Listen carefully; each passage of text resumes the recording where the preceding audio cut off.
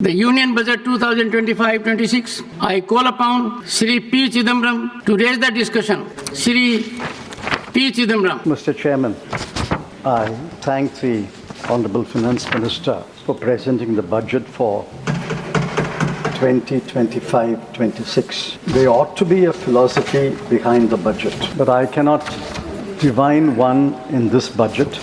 I shall not attempt to do so, because after going through the budget speech and the budget numbers, I believe there is no philosophy behind the budget. It is obvious that the budget was politically driven. I shall not elaborate upon that, but I congratulate the Finance Minister for achieving one of her objects a couple of days ago. Congratulations, Finance Minister. I would like to start on an unusual note. The Finance Ministers asked this House to appropriate 20,517 crore for the Ministry of External Affairs. Usually the MEA does not figure in a budget speech, but I want to start with the MEA. I'll tell you why.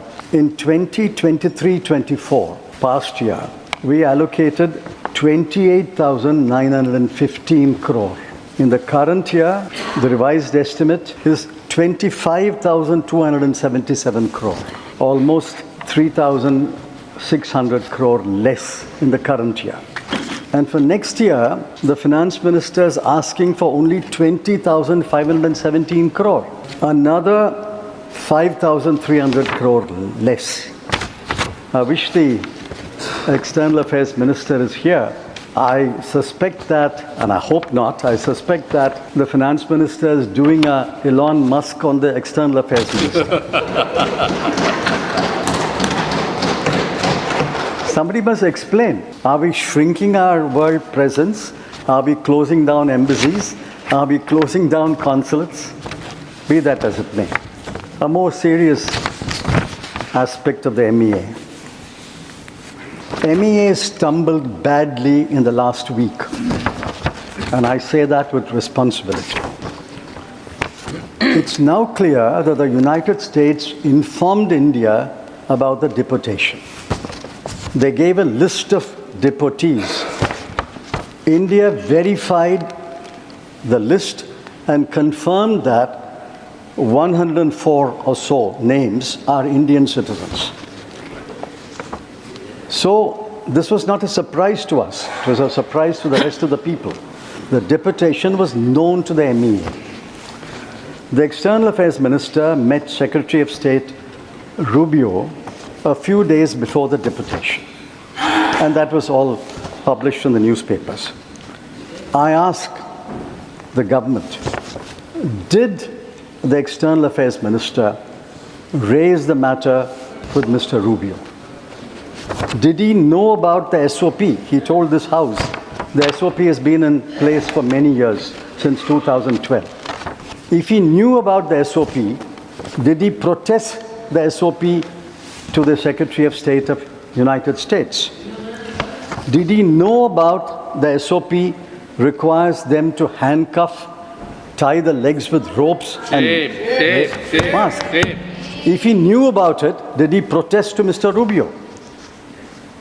If he did not protest, why did he not protest? And the most important question, did the External Affairs Minister... Are you yielding? Are you yielding? I'm not yielding. I'm only stating on basis of what he said. He can reply later. Did the External Affairs Minister... He can reply later. Sir, did the External Affairs Minister offer to Mr. Rubio, we will send an aircraft to bring our Indian citizens back? Yes.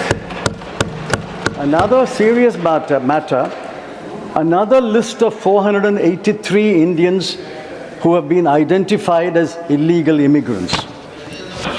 I don't know when the deportation will take place. I ask a specific question. Will the government send an Indian aircraft to bring back the Indian illegal immigrants?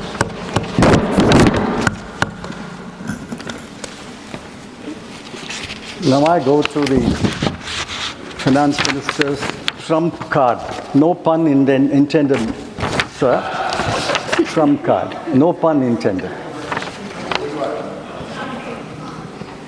Sir, when you said twice, I got worried that no pun intended. You said twice, which means pun is intended.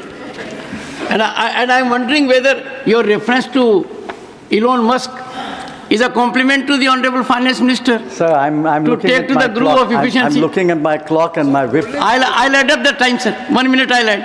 Yeah, please, please. Income tax cut is the FM's main thrust of this debate, and she has given a number of interviews. The House should know that only 3.2 crore persons pay income tax, from the last figures available. The rest file returns, but they pay nil tax. She has raised the government has raised the threshold from 7 lakhs to 12 lakhs, and it applies to all taxpayers right up to the highest taxpayer. Now, I've looked at the CBTT statistics of taxpayers, the last available statistics. My rough calculation is about 80 to 85 lakh taxpayers will go out of the tax net from next year, and 2.5 crore will benefit. But the 2.5 crore includes not only the middle class, which the finance minister passionately championed, it includes 2,27,315 persons who returned a total income of more than 1 crore. It includes 262 persons who returned a total income of more than 100 crore.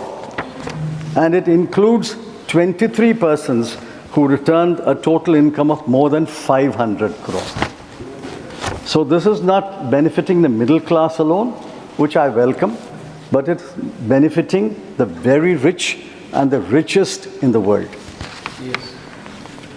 Finance ministers also claimed that she had foregone 1 lakh crore rupees.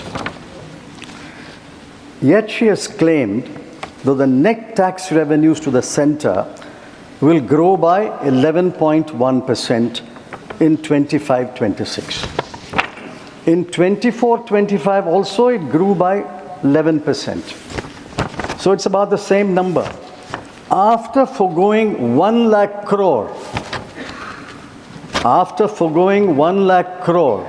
in this budget, how does she claim that the net tax revenues to the center will grow by the same 11%?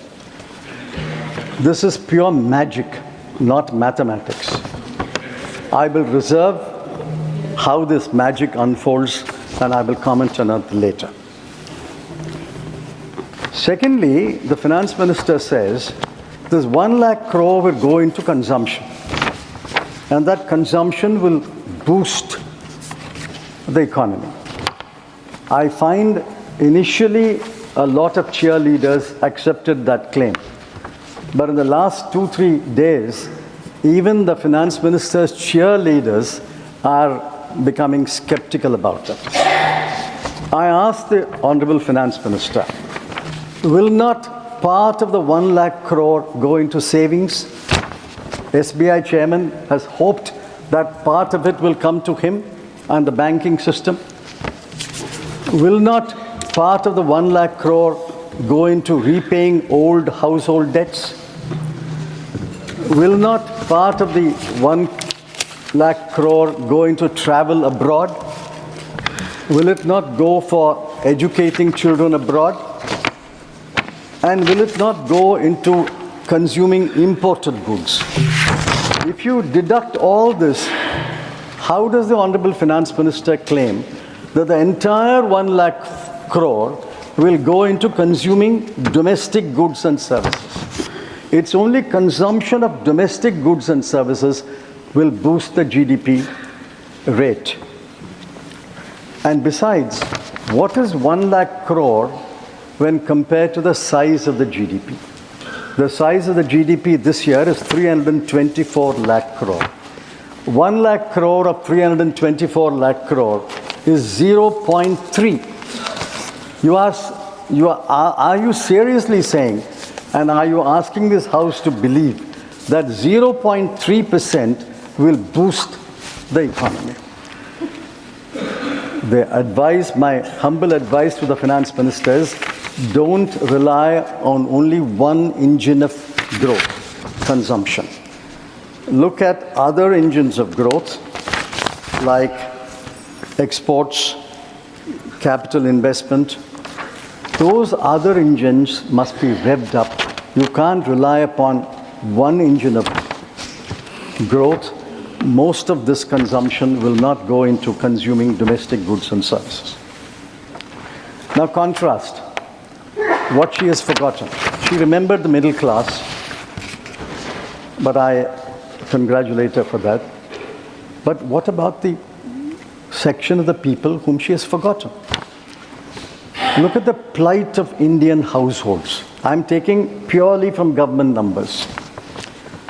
Between 2012 and 2024, in the 12-year period, food inflation was 6.18%. Education inflation was 11%. Healthcare inflation was 14%. These have crippled Indian households. Household savings have fallen from 25.2% to 18.4%. And household consumption saving in September survey in 2023 shows, and mark these numbers, average monthly per capita expenditure of a rural family is only 4,226. And in urban areas, it is 6,996. Now we must examine these numbers more closely. This is the average for the whole India, 4,662 and 6,996, average for the whole India. But the bottom 50% will be even less. And bottom 50% of the 50% will be even less. Now what has this budget done for the average Indian household in the bottom 50% and the bottom 25%? Nothing. What relief has the Honorable Finance Minister given them? She could have done one of several things. I'm not saying she should have done all the four things that I'm mentioning. She could have done one of several things. One, instead of cutting income tax, or along with cutting income tax, she should have cut the GST. Everybody pays GST. The richest and the poorest pay in GST. She could have cut GST. She could have cut the tax on petrol and diesel. Everybody indirectly or directly uses petrol and diesel. She could have increased the Maganrega daily wage. She could have increased that rate, because the poorest are the ones who are going to Maganrega work. And she could have raised the statutory minimum wage across the board under the Minimum Wages Act. That would have benefited thousands and thousands of labour. She did nothing, but she was focused on income tax and she was focused on the Delhi election. Let me turn to another subject. The most gravest challenge facing the country is unemployment. I think all of you will agree, unemployment is the gravest challenge. Even the treasury benches must agree. Now, the periodic labor force survey, popularly known as PLFS, concluded that unemployment rate is 3.2%. Now, if the unemployment rate is 3.2%, and that the economic survey also repeats that, if the unemployment rate is 3.2%,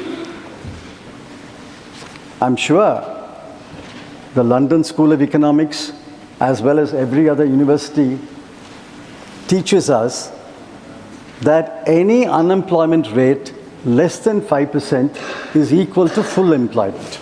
I won't get into the intricacies. If unemployment rate has fallen to 3.2%, why should we worry? We should all be happy because it's full employment according to economic theory. The same PLF says youth unemployment is 10.2%. The same PLFS says graduates unemployment is 13%. If youth unemployment is 10.2 and graduates unemployment is 13, how does it conclude that the total unemployment rate in India is only 3.2? For every job, for 100 jobs, there are a million applicants. For 1,000 jobs, there are several million applicants. The economic survey, sir, I quote, we need to create 78.5 lakh non-farm jobs every year until 2030. I asked the Honorable Finance Minister, what is her plan? What is the way forward to create 78 lakh non-farm jobs between now and 2030? They will be in government until 2029. So the bulk of the period is their government. They should tell us clearly a path to create 78 lakh jobs every year until the end of the government. Sir, the next I come to the famous PLI. The budget has 8 lines of expenditure on employment generation. I've looked at it closely. If I'm wrong, the Honorable Finance Minister will correct me. There are 5 lines of expenditure under PLA.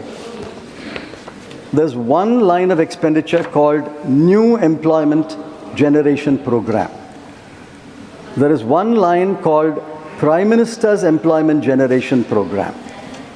There's one line called Skill India. I don't know the differences between these acronyms. What is the difference between Prime Minister's New Employment Generation Program and the New Employment Generation Program? We don't have a new PM, we have the same PM. On the 8 lines in the current year, mark these numbers, sir. On the 8 lines together, I've got the breakdown, but I'm taking all 8 lines of expenditure. In the current year, the budget allocation when she presented the budget last year was 28,318 crore. This is the gravest challenge. You allocated 28,318 crore. But what will you spend? By March 31, you will spend only 20,035 crore. Why are you not spending 8,000 crore on the challenge, which is the gravest challenge facing the country? Yes.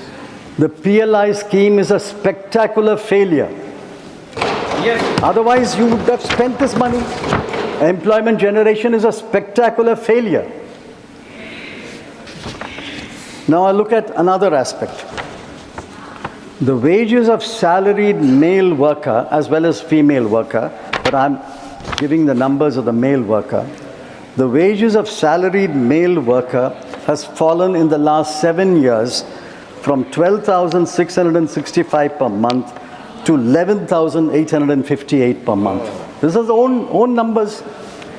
From 12,665 to 11,858. The wages of self-employed male worker has fallen from 9,454 per month to 8,591 per month. So what is the position, sir?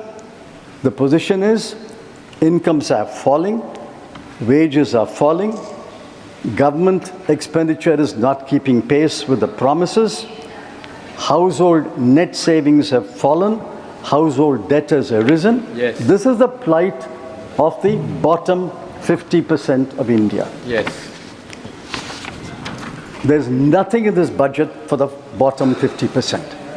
I think we cannot divide this house into one half speaking for the top 50% and one half speaking for the bottom 50%. I'm quite happy to speak for the bottom 50%, but I want the treasury benches also to impress upon their ministers to speak for the bottom 50% of India. Yes. Man ki baat.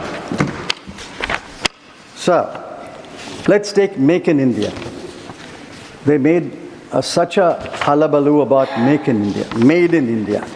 What was Make in India became Made in India. In global manufacturing trade, India's share is 2.8%. China's is 28.8%. So we are not a big player in manufacturing goods trade.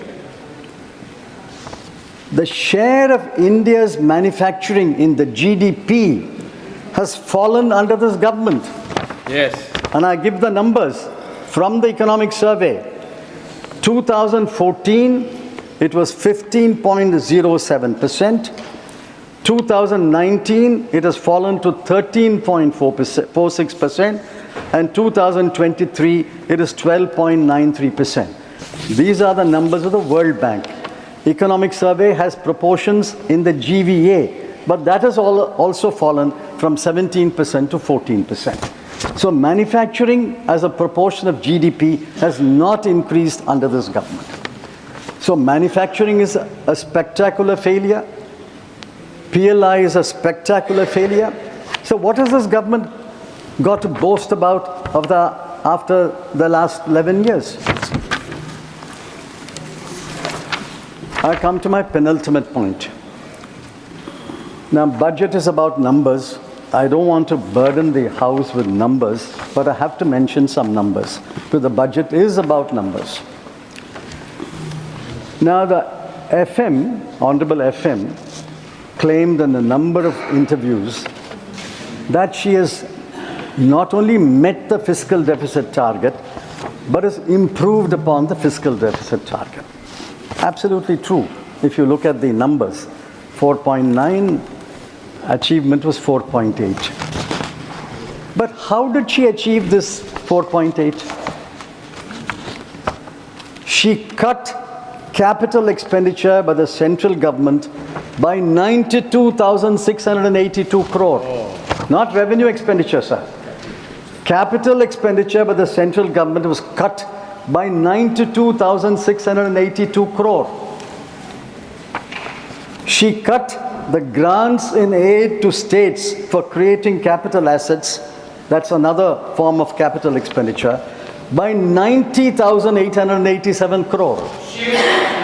So total cut in capital expenditure by the center and the states, I'm not apportioning blame, but the center and the states in the current year will be 1,83,569 crore. By cutting capital expenditure by such a humongous amount, she saved on the fiscal deficit 43,785 crore. I can understand if she has saved on the fiscal deficit 1,83,000 crore. It is bad policy, but I will understand. But after cutting 1,83,000 odd crore, she saved about 44,000 crore. Is it good policy? I don't know. Is it good economics? I say no, it is not good economics. Yes. You can't cut capital expenditure and compress your fiscal deficit and say, I have met my fiscal deficit, I've improved my fiscal deficit. On the expenditure side, I want honorable members, all of us are concerned, to look at these numbers. Where are the cuts fallen? On health, 1,255 crore.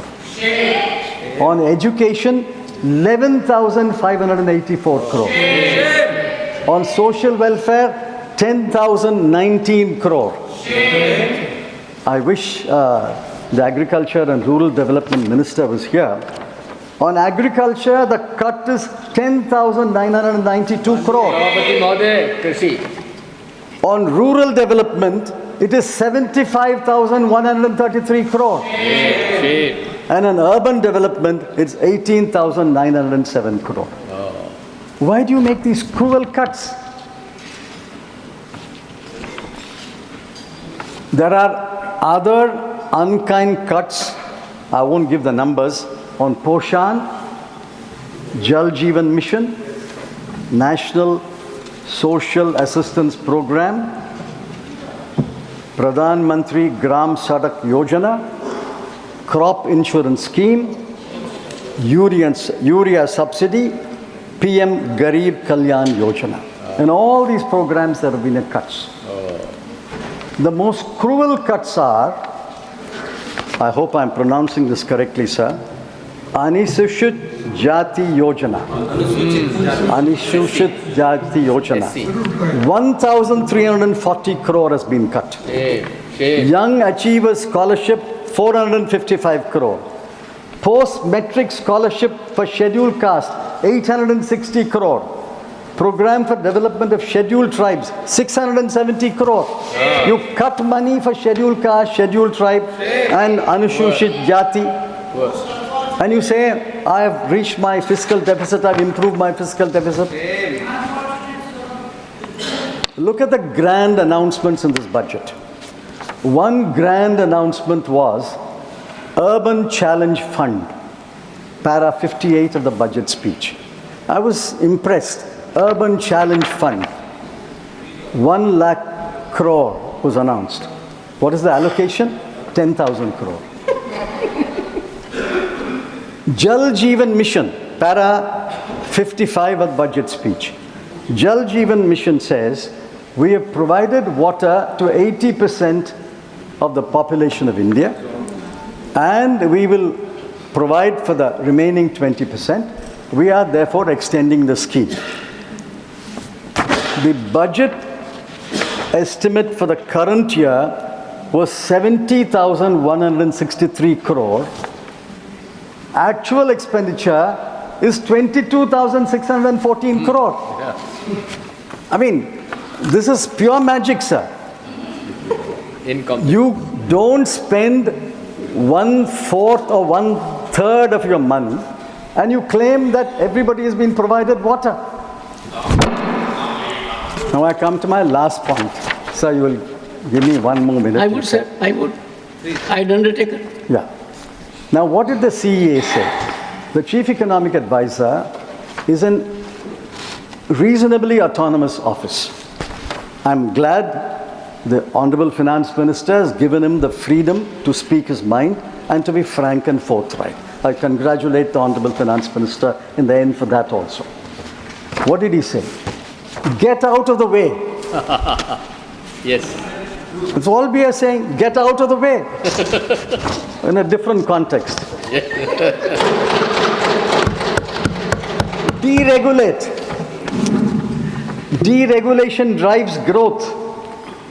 Work towards giving to people back their agency and enhancing the economic freedoms of individuals and organizations. What is the response of the Honorable Finance Minister? To get out of the way and to deregulate. Her response is to announce in the budget speech 7 new schemes, 8 new missions, and 4 new funds. Now, where will the money come from these schemes and missions and funds? I don't know, because there's no allocation. Sir, in conclusion, I want to say this. Half a minute. Governance is in the present. There is a government, but I'm sorry to say there is little governance. There is no philosophy, therefore no policies. In 1991, we faced a graver situation. There was a man entered this parliament, entered the North Bloc. Yes. He had an economic philosophy. Yes. He followed it with policies that required wisdom and farsightedness. Dr. Manmohan Singh had them. And I'm urging the Honorable Finance Minister to recapture the wisdom and the farsightedness of Dr. Manmohan Singh. One last question. This is through the Finance Minister to the government. Why have you not conferred a Bharat Ratna on Dr. Manmohan Singh?